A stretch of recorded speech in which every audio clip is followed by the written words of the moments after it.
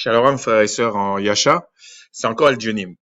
J'espère que vous allez bien, j'espère que le Créateur vous bénisse abondamment, le Tout-Puissant, et que Yasha se révèle à vous, parce que sans lui, vous ne pouvez pas vous connecter au Créateur, ok? Parce que, bon, on n'est pas encore entré dans tous ces détails-là, mais c'est simplement pour savoir que tout a un sens. La dernière fois, j'avais fait une vidéo sur l'esclavage, est-ce une polémique? J'ai vu des dislikes et tout. Bon, il n'y a pas de problème. Mais est-ce que je peux répondre à ces personnes-là? Voilà. Je vais vous dire ça. Et puis, j'ai une petite rectification à faire, enfin, un petit détail à remettre en place. Euh, je cherche ça. Alors, dans Ésaïe 55, 11, voilà ce qui est écrit. Ainsi en est-il de ma parole qui sort de ma bouche. Elle ne retourne point à moi sans effet, sans avoir exécuté ma volonté et accompli mes desseins. Donc, effectivement, pendant que le Créateur a puni son peuple, tout le monde va venir dire des bêtises, en fait. Mais le jour qu'il va dire, bon, on arrête, c'est ça, si vous voulez, c'est sa notoriété à lui. C'est sa puissance à lui, sa souveraineté à lui. Donc, lui, le créateur de toutes choses, il va accomplir ses desseins. C'est comme ça. Et quand il va accomplir, là, on verra qui est son peuple ou pas son peuple. C'est pour ça que j'ai essayé d'aborder la question. Je vais prendre 3-4 minutes, peut-être 5 minutes, pour essayer d'expliquer que, en fait, avant d'en vouloir à ces faux juifs, il faut leur demander, vous êtes qui, en fait? Parce que quand vous voyez Luc Ferry dire qu'en fait, ils sont des convertis, pour la plupart, en fait, la totalité, c'est des vrais menteurs, en fait. Donc, ça veut dire qu'en fait, ils sont pas de ce peuple de ces livres.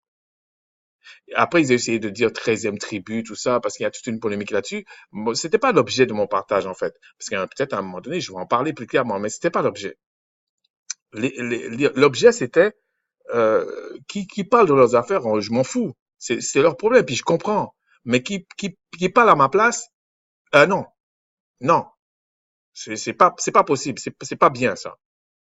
Et donc, j'avais pris une définition, puis j'avais mal lu en fait. J'avais dit 40% de la population mondiale. Non, c'est de leur population, évidemment. J'espère que tout le monde a compris ce que je voulais dire. Et je voudrais dire certaines choses. Par exemple, quand j'ai parlé de Nicolas Dupont-Aignan, c'est Dupont-Aignan. Je ne vais pas non plus parce que ce monsieur a fait croire en 2018 qu'en fait la France payait normalement les choses aux Africains, ce qui est complètement faux. C'est ridicule de penser des choses comme ça. Ou alors il est vraiment idiot. Mais ce que je pense pas, je pense qu'il est méchant. Voilà, c'est tout. Euh, Celui-là, Finkielkraut ou Rock, lui, il défend sa sœur Christine Angot. Il la défend parce que déjà, il emploie un mot Shoah qui, qui est un mot yiddish. C'est pas hébreu, c'est yiddish. Ils parlent pas l'hébreu, ces gens-là. Ils parlent le yiddish. Et il fait croire encore aux gens que, par exemple, il est de l'Académie française. Employer le mot en français. Le mot en français, c'est camp de concentration. C'est pas Shoah.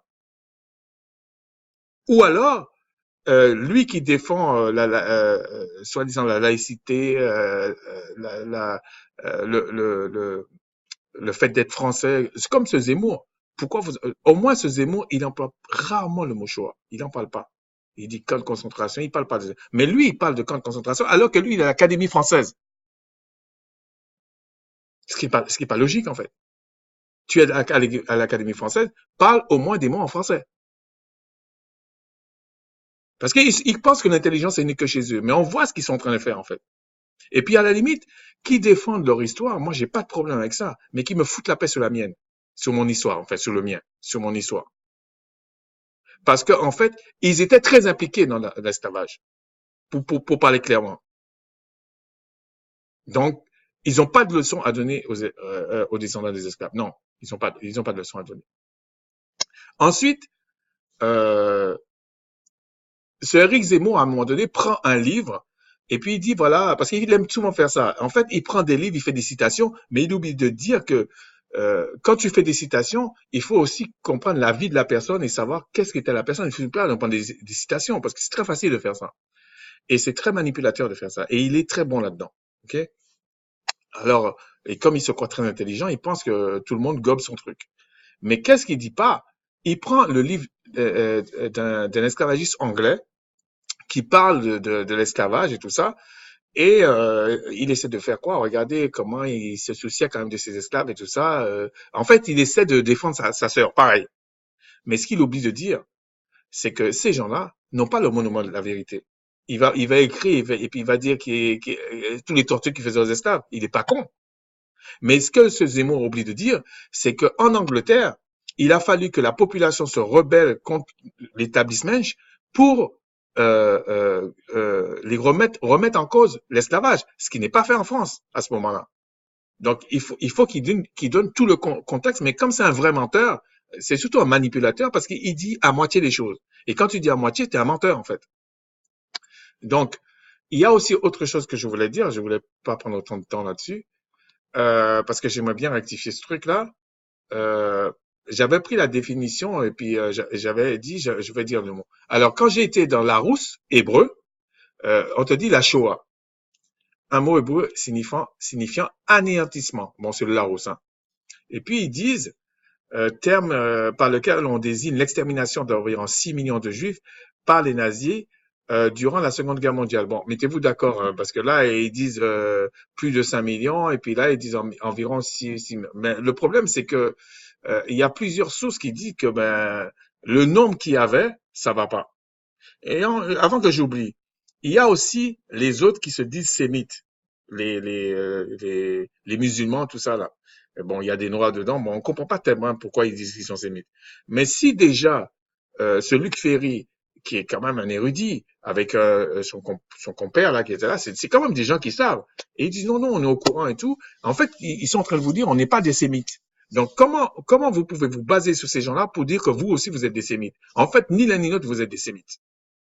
C'est comme ça. Et il dit, on utilise fréquemment toujours Larousse, au lieu du mot génocide, les termes holocauste ou Shoah, anéantissement. Après, il parle de Nuremberg et tout ça. Bon, c'est eux qui font leurs affaires, et puis à la limite, je m'en fous, en fait. Et voilà, on va aller sur le site de la LICRA. On peut pas dire que la LICRA raconte n'importe quoi, au moins sur eux, sinon ils s'autoflagellent. La Shoah, mot hébreu signifiant catastrophe, comme j'avais dit, signifie catastrophe, désigne spécifiquement l'organisation par l'État, par le régime nazi et ses collaborateurs, de la persécution et de l'extermination systématique et bureaucratique d'environ 6 millions de Juifs. Bon, ça c'est leur histoire. Holocauste, terme d'une acceptation plus large, est aussi utilisé. D'origine grecque, holocauste signifie sacrifice par le feu. Mais c'est ce que je parlais. Bon, je ne vais pas rentrer dans les détails parce que c'est pas le moment que j'en parle de ces choses-là, mais ce que je vais dire, c'est que si il se considère un sacrifice, le sacrifice, c'était pourquoi? C'était quoi? Parce que dans les écrits, quand tu fais un sacrifice, c'était pour le pardon des péchés. Donc, quand ils disent sacrifice par le feu, ça veut dire quoi? Holocauste, ça veut dire quoi, en fait? Et en plus, ils emploient le mot catastrophe. Bon, catastrophe, ce serait la moindre des choses. Les premiers camps, ça n'a jamais été en Allemagne, ça a été en Namibie. Et jusqu'à maintenant, pour récupérer les crânes et tout ça, c'est toute une histoire. Et ils continuent à insulter les Namibiens et notamment les Bantous, tout ça, dans le monde entier parce que il faut voir ce qu'ils font en Namibie. Donc, donc il faut arrêter. Ces gens-là sont en train de toujours nous insulter. En fait, c'est ça qu'ils sont en train de faire. Et puis ils passent leur temps à dire non, en fait, si tu as un problème, s'il y a un problème, ça veut dire que bon ben, je vais t'expliquer que c'est pas un problème. Mais je m'en fous de ton explication. C'est moi qui peux t'expliquer ce que je ressens. C'est pas toi qui peux m'expliquer ça. Donc c'est comme ça. Donc c'était juste pour rectifier un petit peu ce genre de trucs. Et puis euh, comme je dis souvent, l'intelligence n'est pas née que chez l'autre. Arrêtez ça. On a plein de documents, de preuves où on peut les constater à tous les niveaux. Mais est-ce que c'est pas ça l'essentiel? C'est ce que je reprochais à ce, entre guillemets, hein, à ce Serge Romana, je pense, de s'occuper plutôt de la mémoire des Antillais, des Martiniquais, Guadeloupéens, et même plus large que ça, au lieu d'aller mendier toute la journée. Ça sert à rien. Ça sert à rien. Et au lieu de dire son association s'appelle esclavage et réconciliation, vaut mieux dire esclavage et mémoire, esclavage et réparation, enfin quelque chose comme ça, mais pas bon, j'ai déjà expliqué ça, et pas réconciliation. C'est complètement fou. C'est complètement fou. Bon, alors aujourd'hui, ce que je voulais vous parler, c'était, comme je vous avais dit, la méditation de la parole, évidemment. Parce que si on prend dans le plan large de la méditation, voilà ce que ça dit la méditation. Et puis après, on ira dans le texte pour Psaume 1.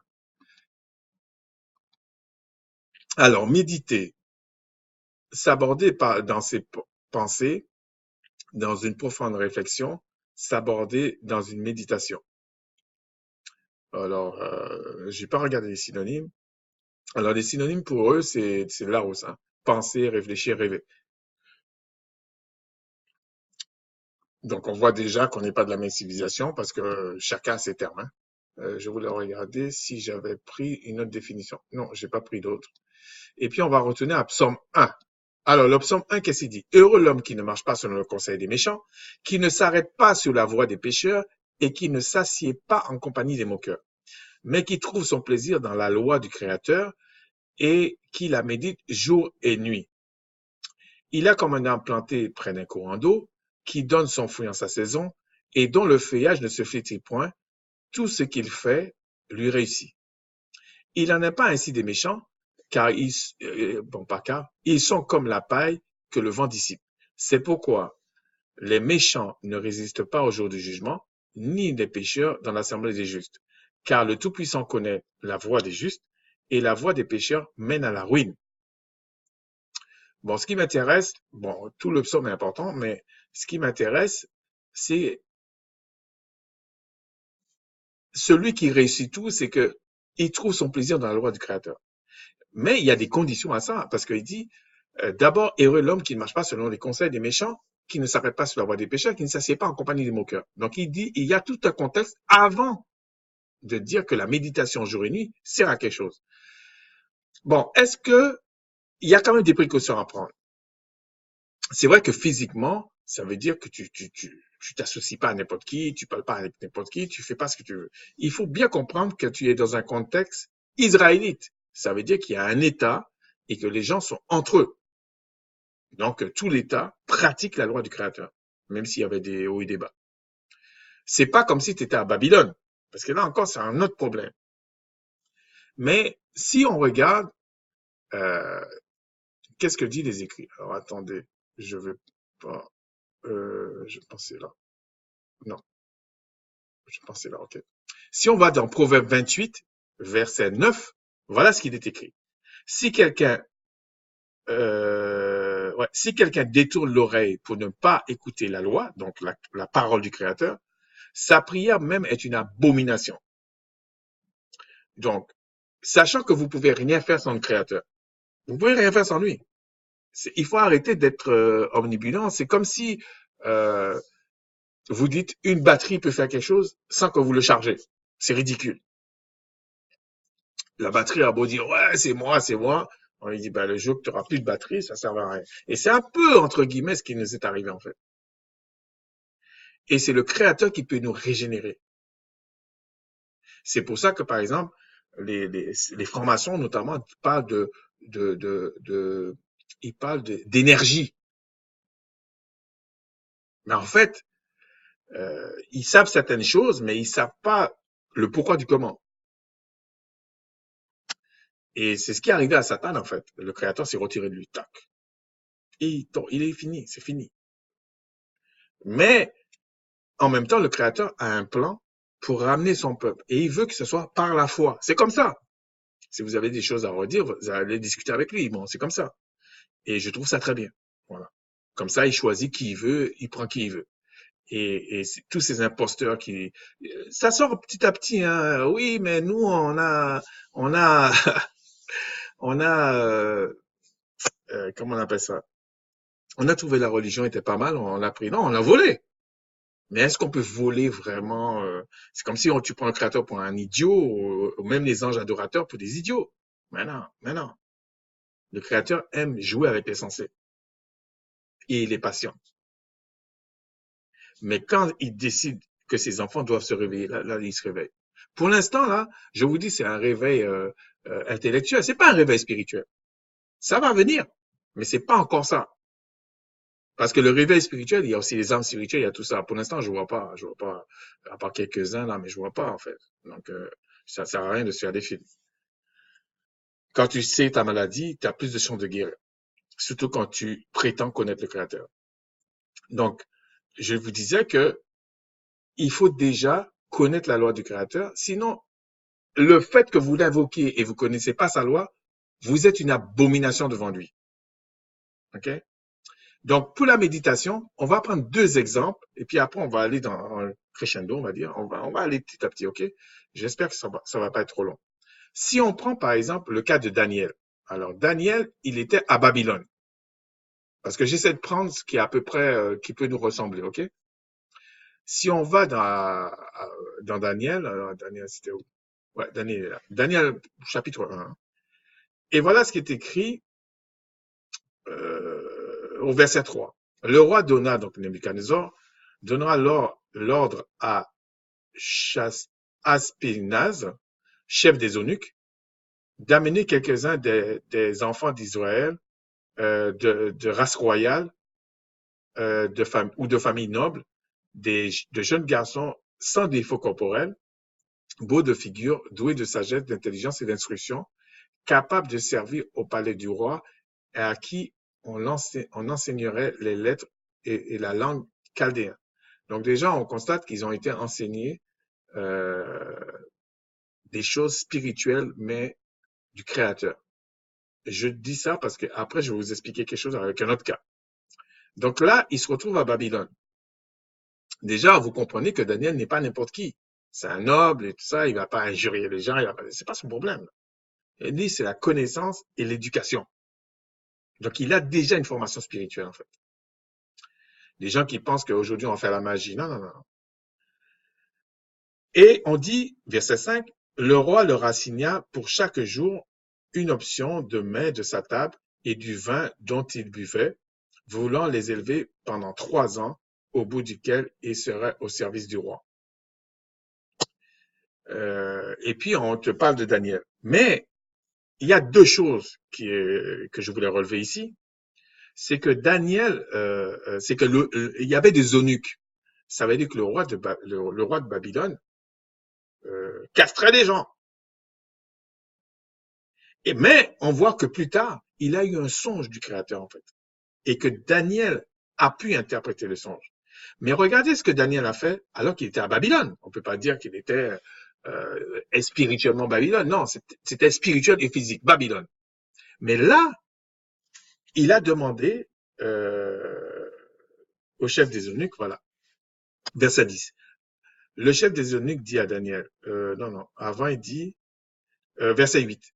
Daniel résolut de ne pas se souiller par les mains du roi, par le vin dont le roi buvait, et pria le chef des eunuques de ne pas l'obliger à se souiller. Après, on voit qu'il a eu la grâce, mais quand le Nebuchadnezzar lui a dit donnez mon vin, tout ça, il y a plein de personnes aujourd'hui qui penseraient que c'est une bonne chose.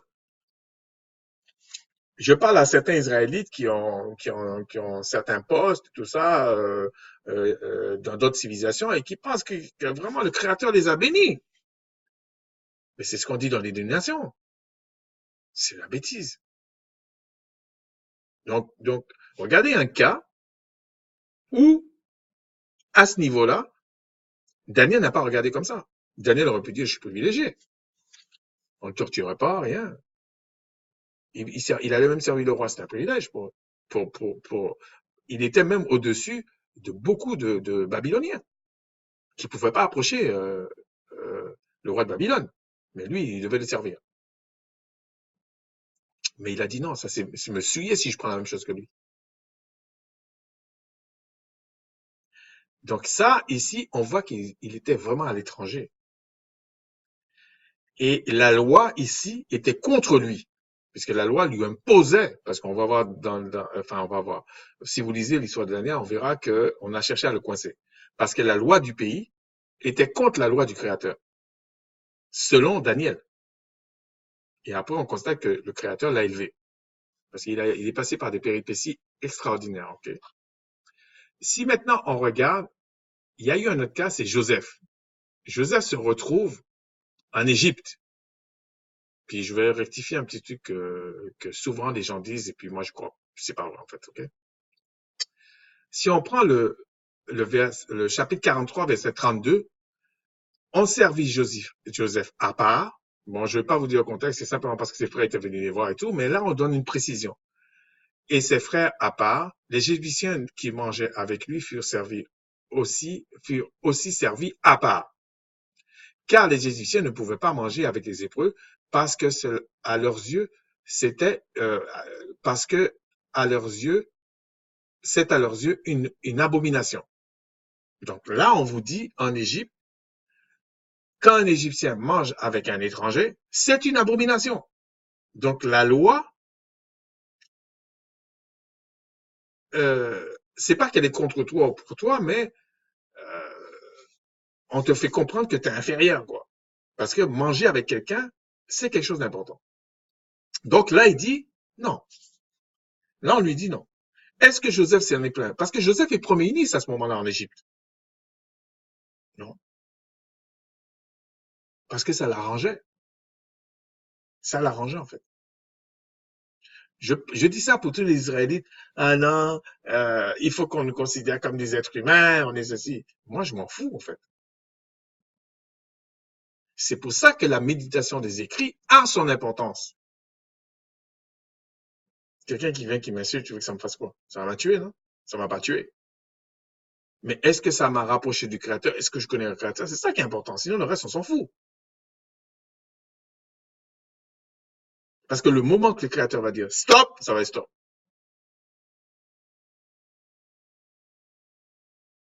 Mais qu'est-ce qu'ils ont fait? Ils ont dit non, on est tous pareils, on est tous ceci, et puis c'est on est embrouillé là-dedans. Non, Joseph aurait pu dire moi j'ai un privilège, je suis Premier ministre. Là, c'est un peu différent de Daniel. Là, la loi, quelque part, arrange Joseph. Et Joseph n'a pas dit non, ça me convient pas. Ça l'arrangeait, là. Alors que Daniel, lui, c'était on l'obligeait. Vous voyez la différence? Donc, à ce niveau-là, Joseph, c'était on va dire du pain béni, comme on dit. Donc, quand quelqu'un vient et me dit, euh, c'est comme si je prends un exemple, hein. La personne me dit, tel aliment, c'est interdit aux nègres. Moi, si c'est pas dans la loi alimentaire, ça m'arrange. Pourquoi je vais pleurer, moi? Je ne vais pas pleurer pour ça. C'est pour ça que je suis pas d'accord avec. Bon, bien sûr, quand le créateur commence c'est toujours, euh, ça va crescendo. Donc, effectivement, tu vas voir les noirs dans la rue, des trucs comme ça. Mais en fait, c'est sur le plan spirituel que ça se passe. Et quand ces gens disent spirituellement, ils s'en foutent, donc on voit déjà le problème qui se passe. Mais en réalité, c'est pas très grave. Il faut savoir où on en est. Donc, il faut méditer les écrits. Et je vous ai toujours dit, tant que le Créateur vous met pas à part, la sanctification, il y a une sanctification spirituelle et une sanctification physique. Donc la spirituelle, c'est le Créateur qui te met à part. Et là, il t'enseigne. Et ça produit une sanctification physique. Prenons un exemple. Tu peux être dans des problèmes, cauchemars, tu dors pas la nuit, tu t'es attaqué, toutes sortes de choses. Le jour que le Créateur te touche là et te donne la possibilité de crier à lui, c'est fini. Et je sais de quoi je parle. Bon. Donc Joseph, à ce moment-là, on pourrait dire, ah, Joseph aurait dû se plaindre, moi je suis Premier ministre, comment se fait-il que je ne peux pas manger avec un Égyptien? Mais non, parce que pour l'Égyptien, sa loi, c'est manger avec toi, c'est une abomination. C'est comme ça. Tu t'en fous. C'est comme on est dans des sociétés, un nègre qui fait telle chose, pour eux, c'est comme un sacrilège. Mais construisez vos affaires. Mais avant de construire vos affaires, il faut déjà connaître le Créateur. Sinon, ton truc ne tiendra pas. C'est comme vous voyez des francs-maçons, pour aller clairement, des francs-maçons. Le gars, il fait un pacte avec Satan, il est président, il dirige telle chose dans le monde et tout ça. C'est normal. Mais le noir, là, il ne le sera jamais. J'ai dit le noir même en général, il ne le sera jamais. Parce que le diable, ça passe pas. C'est comme ça. Et pourquoi je vous dis aussi, il y a des personnes qui se prennent pour des gens très érudits sur le plan spirituel, alors que c'est de la bullshit en fait. Regardez ici, comment peut-on dire que les Kémites et les Sémites sont les mêmes, alors qu'ici, vous voyez la loi, les Kémites disent eux-mêmes, on ne peut pas manger avec un Sémite. C'est ça, c'est la loi. Mais ça fera l'objet d'un autre partage, ok? Pour l'instant, je vous dis, ça ne marche pas. Même s'il y avait des liens entre eux, oui, oui, oui. Mais regardez leur loi.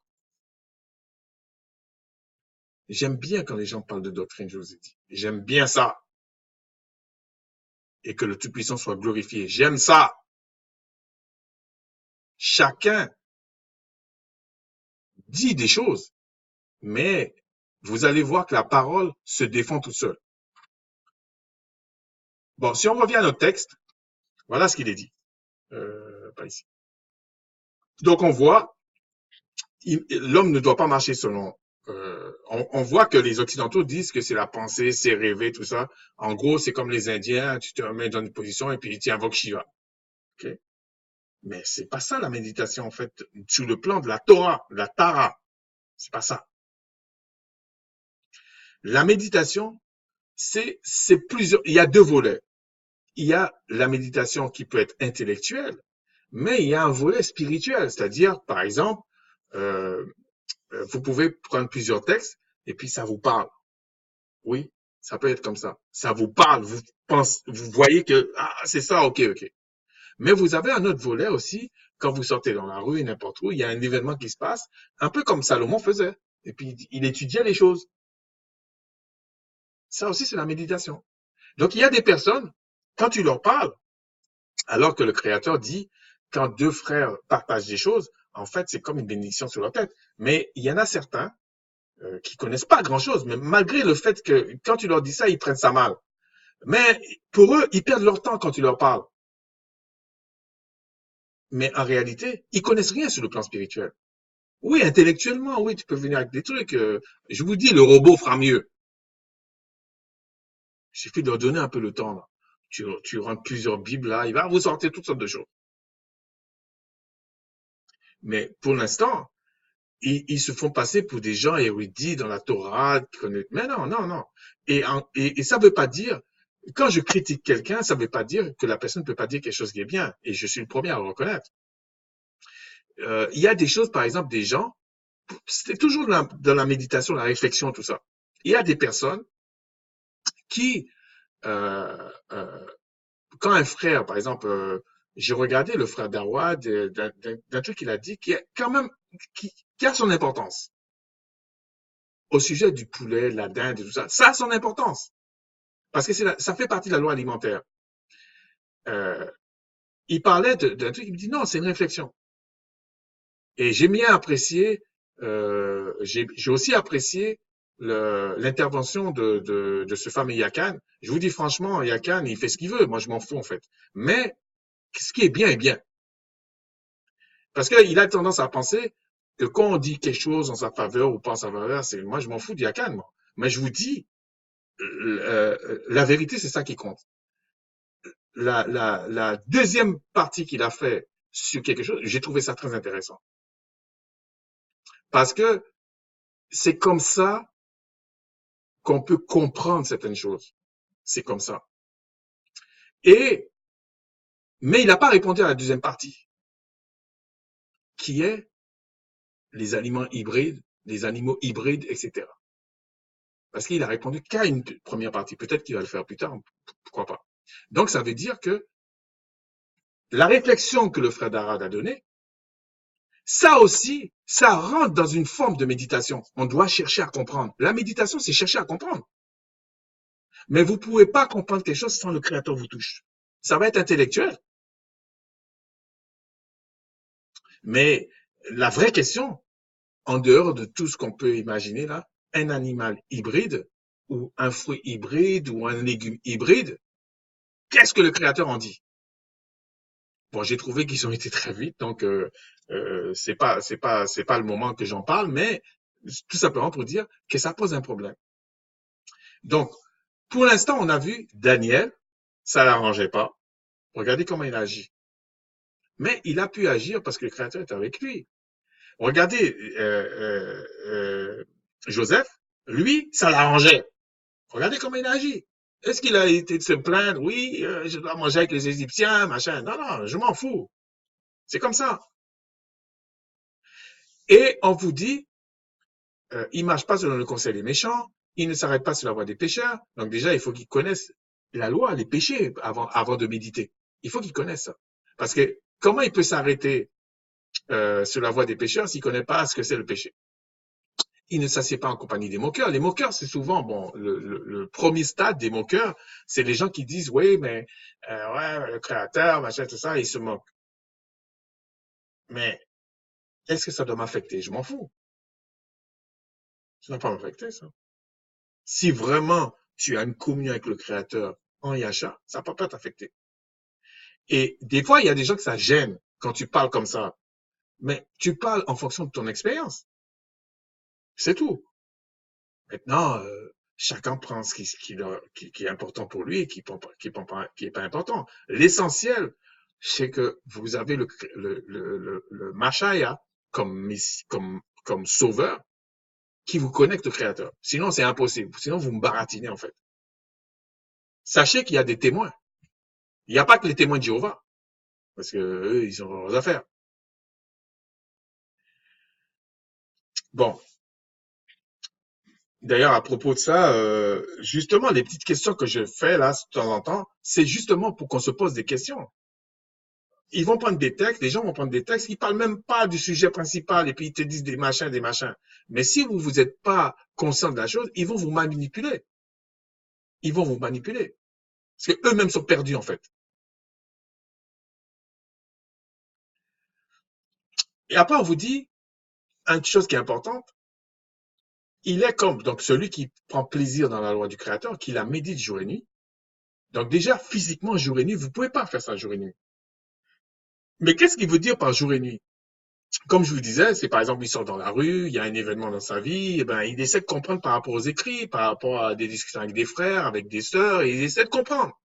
Et puis le Créateur le guide par des frères, par des sœurs, par des textes, par des révélations, etc. C'est ça la méditation. Et celui qui incarnait ça le mieux, c'est le roi Salomon, puisqu'on on a rendu témoignage de lui. À la fin de sa vie, ça s'est mal passé parce que justement, je ne voulais pas aborder cette question-là, mais justement pour vous dire, des fois, vous avez l'impression qu'il y a des contradictions. Par exemple, le créateur dit non, pas d'étrangers. Des fois il accepte pas. Mais il y a une raison pourquoi. Voilà une des raisons. Là, bon, je voulais pas dire ça, mais je vais vous le dire quand même. Le roi Salomon, lui, parce qu'il a suivi les dieux des femmes étrangères. Le créateur n'a pas accepté ça. Donc, quand le créateur accepte ou refuse quelque chose, il faut chercher à comprendre pourquoi, selon le contexte, selon les choses. Et quand l'apôtre Paul parlait aussi, il parlait aux Corinthiens de temps en temps, aux Romains, tout ça, à des Israélites qui étaient dans différents pays, différentes structures, différentes cultures, etc. Donc, on peut pas tout mettre de façon horizontale comme ça, tac. Quand il parle à Timothée, il parle dans un contexte particulier. Quand il parle, et c'est pour ça que vous avez l'impression des fois qu'il se contredit. Non, il se contredit pas. Il se contredit pas en fait. Ensuite, il y a autre chose. Il dit, il est comme un âme plantée près d'un courant d'eau. Donc cet homme qui médite la parole jour et nuit, mais quand même on vous dit le fait qu'il ne marche pas selon les conseils des méchants, qu'il ne s'arrête pas sur la voie des pécheurs, qu'il ne s'assied pas en compagnie des moqueurs, c'est déjà il y a une sanctification qui est là. Parce que sanctifier, c'est mis à part. Bon, donc il dit qu'il donne son fruit en sa saison et dont le feuillage ne se flétrit point. Tout ce qu'il fait lui réussit. Je dis bien tout ce qu'il fait lui réussit. Bon, après, il y a le temps, il y a la manière, tout ça, mais tout ce qu'il fait lui réussit. Si toi, tout ce que tu fais te réussit pas, bon, déjà, pose-toi la question. Ça sert à rien que quelqu'un vienne vous dire, oh, non, viens te parler. Si déjà tout ce que tu fais ne réussit pas, c'est qu'il y a un problème.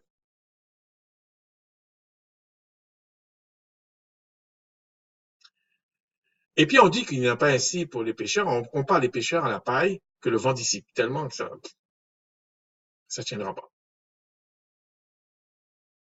C'est là qu'on voit l'aspect de la foi qui a une science et qui est basée aussi sur la patience. Donc, on vous dit que La voie des pécheurs mène à la ruine. Oui. Regardez l'état du monde aujourd'hui. Parce que les gens n'aiment pas aborder ça. Il y a des gens qui se disent chrétiens ou pas, et puis dès qu'ils réussissent dans cette société, ils disent que ça y est, le Créateur l'a beaucoup béni. Oui, des fois, ça peut être vrai, comme Joseph en Égypte. Oui, ça peut être vrai. Mais souvent, c'est faux. Regardez tout ce qui a été créé, souvent ça a été volé, parce que souvent ça a été les Israélites qui ont inventé les choses. En fait, les nègres. Donc ils ont copié, ils ont volé, ils ont fait tout leur truc, mais ça amène le monde à une impasse. Parce que c'est pas, ils ont copié, changé, ils ont fait tout le truc. Et aujourd'hui, on nous dit, on va à la catastrophe. Alors que les écrits disent que quand le Créateur te bénit, il n'y a pas de, tu n'as pas de, il n'y a pas de regret. Je cherchais la formulation exacte. Euh, Quand le Créateur te bénit, il n'y a pas de chagrin. Voilà. Il n'y a pas de chagrin. Donc, s'il n'y a pas de chagrin, comment se fait-il qu'avec tout ce qu'on a soi-disant créé, inventé et tout ça, que si on continue comme ça, il y aura une impasse. Que déjà, on est déjà dans l'impasse. Que ce soit la faune, la flore, tout est déjà dans une impasse. Et là, euh, bon, il y a quand même, j'ai vu un intellectuel français qui a mis le haut là, mais il n'ose pas dire qui a fait ça. Mais il faut qu'ils disent qui a fait ça. Parce que quand ils disent oui, mais on va dans une impasse, il y a des problèmes et tout ça, il ne faut pas qu'ils englobent toute la population mondiale. Non, il faut qu'ils disent que c'est eux qui ont fait ça. Donc, s'ils sont tellement bénis que ça, comment se fait-il que ce qu'ils font, ça va amener à la mort de même leur peuple? C'est qu'ils ne sont pas bénis. Il faut arrêter ces histoires. Et c'est sûr que les gens n'aiment pas trop ça. Bon, ils n'aiment pas trop ça parce que ça remet en cause beaucoup de choses. Et puis, c'est pour ça que je dis que tout le monde doit crier au Créateur. Et puis, lui, il va respecter sa parole. Et puis, point barre. Moi, j'ai pas à me challenger avec des gens. C'est toi, c'est moi, c'est toi. Je m'en fous, en fait. Tu crois ce que tu veux. Bon, il dit, donc, méditer la parole jour et nuit et tout ce qu'il fait réussit. Donc, entre les deux, il y a quelque chose que Christ dit, il faut prier. On a vu que si tu pries quelque chose qui n'est pas dans la volonté du Créateur, ta prière même c'est une abomination en fait. C'est-à-dire que si le Créateur te dit qu'il faut méditer sa parole, il faut pas être avec les méchants, faut pas s'asseoir avec faut pas s'arrêter sur la voie des pécheurs. Ça veut dire faut pas imiter ça, faut pas s'asseoir en compagnie des moqueurs. Et toi tu pries pour ces choses-là, ta prière est une abomination. Faut pas oublier que le psaume 1 se passe dans un contexte où ils sont dans la vraie Israël à ce moment-là. Donc il y a le temple, il y a tout ça. Il y a tout un contexte. Pourtant, on leur dit ça. Imaginez-vous quand ils sont à l'extérieur. Si on prend maintenant, je ne vais pas le mettre dans l'ordre, mais on va prendre Jacques. Jacques dit, alors je dis, Jacques dit, ouais. Il dit en fait, en gros, si vous n'êtes pas exaucé, parce que là on a vu que en fait, tout ce qu'on fait devrait nous réussir. Mais il dit, verset 3, non, on va prendre de 1 à 3, euh, même jusqu'à 4. On peut aller jusqu'à 5. D'où viennent les luttes et d'où viennent les querelles parmi vous? Donc, parce qu'il y avait un problème parmi des frères. N'est-ce pas vos passions qui combattent dans vos membres? Donc là, il parle de physique. Vous convoitez et vous ne possédez pas. Vous êtes meurtrier et envieux et vous ne pouvez pas obtenir. Vous avez des querelles et des luttes. Vous ne possédez pas parce que vous ne demandez pas. Là, il dit vous demandez même pas. Vous demandez et vous ne recevez pas. Donc là, vous demandez parce que vous demandez mal dans le but de satisfaire vos passions. Donc, il éclaircit un peu plus les choses. Adultère que vous êtes, ne savez-vous pas que l'amour du monde est inimitié contre le Créateur? Celui donc qui veut être ami du monde sera ennemi du Créateur. Donc, ça a un lien avec le psaume 1, ok? Après, il dit, croyez-vous que l'Écriture parle en vain? C'est avec jalousie que le Créateur chérit l'Esprit qu'il a fait habiter en vous. Vous pouvez aller lire aussi dans le psaume 55, je vous ai dit que le Créateur y parle, l'effet de sa parole va lui revenir. Ça ne revient pas à lui comme ça. Non, non, non.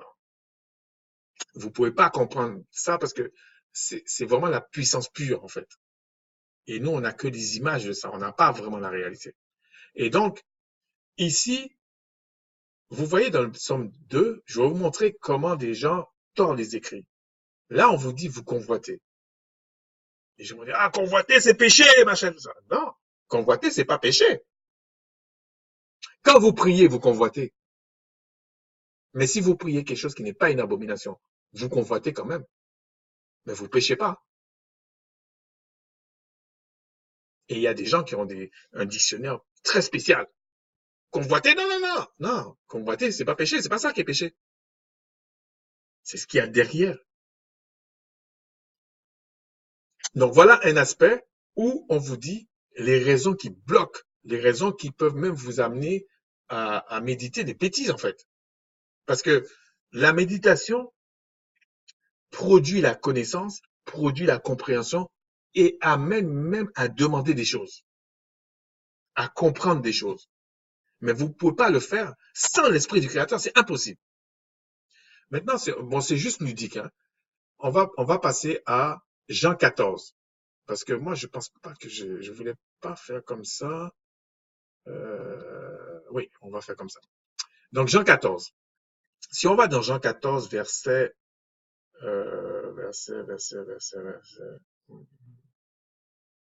on va dire verset 12. En vérité,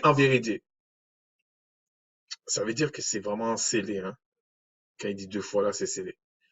Je vous le dis, celui qui croit en moi, donc en le machin, aussi fera aussi les œuvres que je fais, il en fera de plus grandes. Et là, il parle à ses disciples, hein, parce que je m'en vais au Père.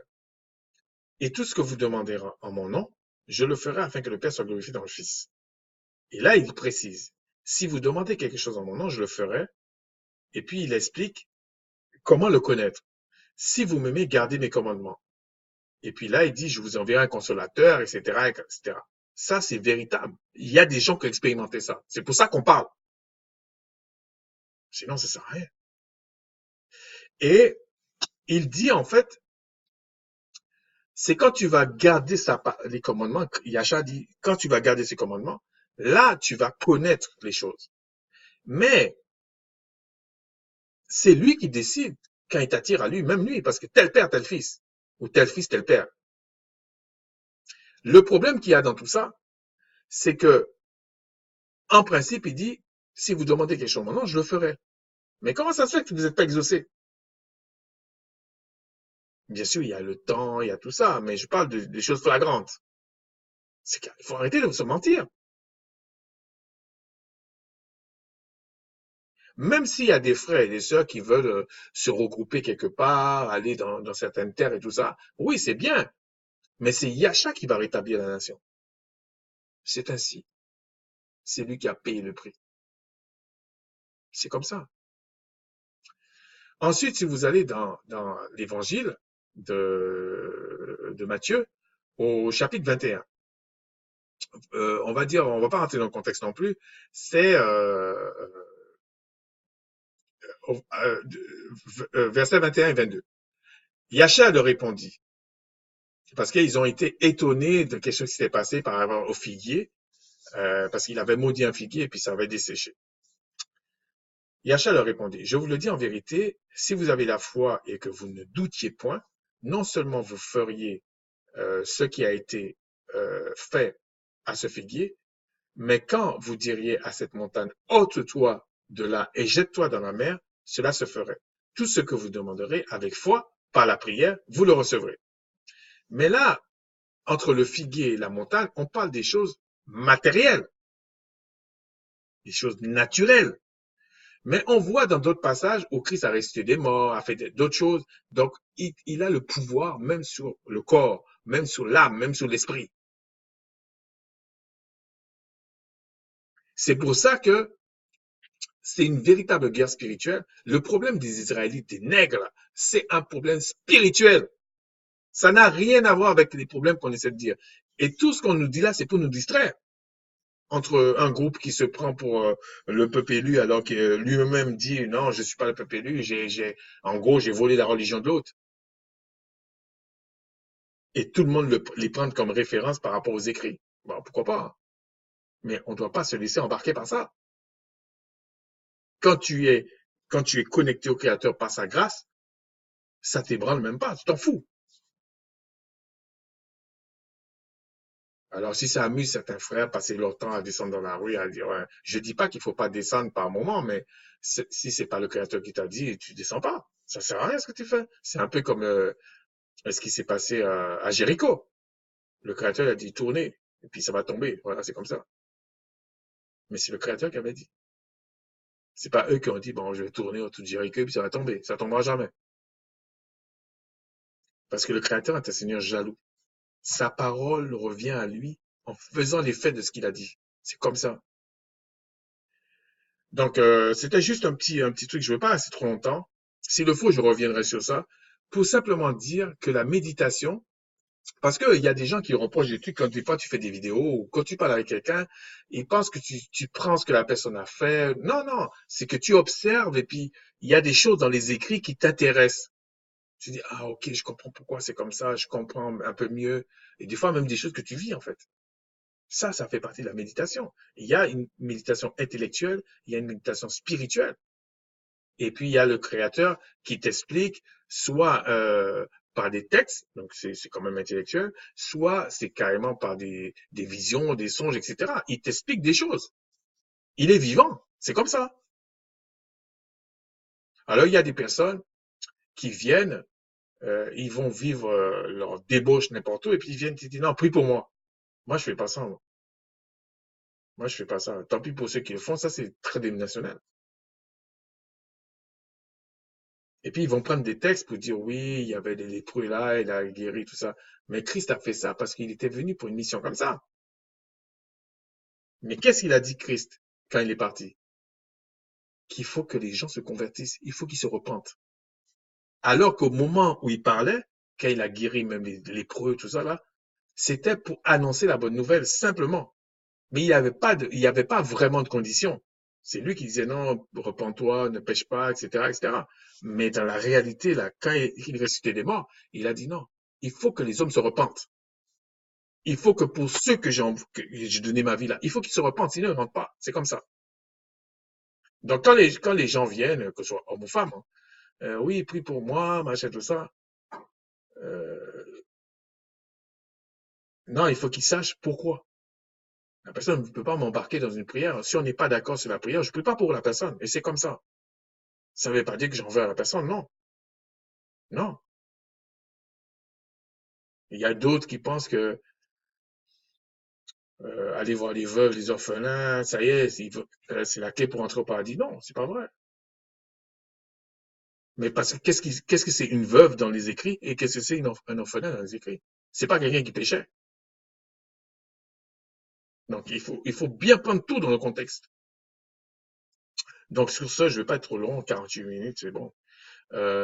S'il le faut, je reviendrai sur ça. Donc la méditation, c'est quelque chose de quotidien, oui, mais c'est pas continuel dans le sens comme si tu es branché à quelque chose. Non, c'est que tu observes, tu regardes, et comme tu es imprégné de l'esprit du Créateur, donc tu vas te référer à ce qu'on t'a éduqué. C'est normal. On t'apprend des choses, tu vois les textes, tu vois les écrits, etc. Et que c'est comme ça que tu apprends. Mais pour finir, euh, j'ai pris les deux cas, Joseph et Daniel, donc on peut pas contester ces deux personnes-là. Ok? Soit on conteste carrément les écrits. Parce que j'aurais pu prendre l'apôtre Paul, ça ferait pareil, ou Matthieu, tout ça, ça ferait pareil. Mais j'ai pris deux personnes illustres. Ok? C'est comme il y a des personnes, quand tu leur dis que Macha était bègue, ou qu'il y a eu des miracles comme ça, des miracles comme ça, mais qu'est-ce que c'est vraiment le vrai miracle? Ils sont pas d'accord. Mais franchement, je vous ai dit, je ne parle pas à tout le monde n'intéresse pas. Sur ce, que le Créateur bénisse son peuple. bénisse tous ceux qui sont déportés, parce qu'apparemment, c'est comme s'il y a un label pour le mot déporté. Non, non, déporté, c'est déporté. Déporté, c'est quelque part, on t'a déporté dans des conditions horribles. Il y en a certains qui étaient quand même, si on compare par rapport à comment les esclaves étaient dans les bateaux, dans les cales des bateaux, c'est eux plutôt qui sont au Club Med par rapport à eux, là. Mais bon, c'est comme ça. Ça m'est resté un petit peu à travers la gorge. Je vous dis franchement, j'apprécie pas tellement ce genre de choses, mais c'est pas à moi de faire justice. Moi, je demande au Créateur, parce qu'il a dit, recherchez ma justice, et toute chose vous sera donnée par-dessus. Donc, je demande au Créateur qu'il nous fasse justice.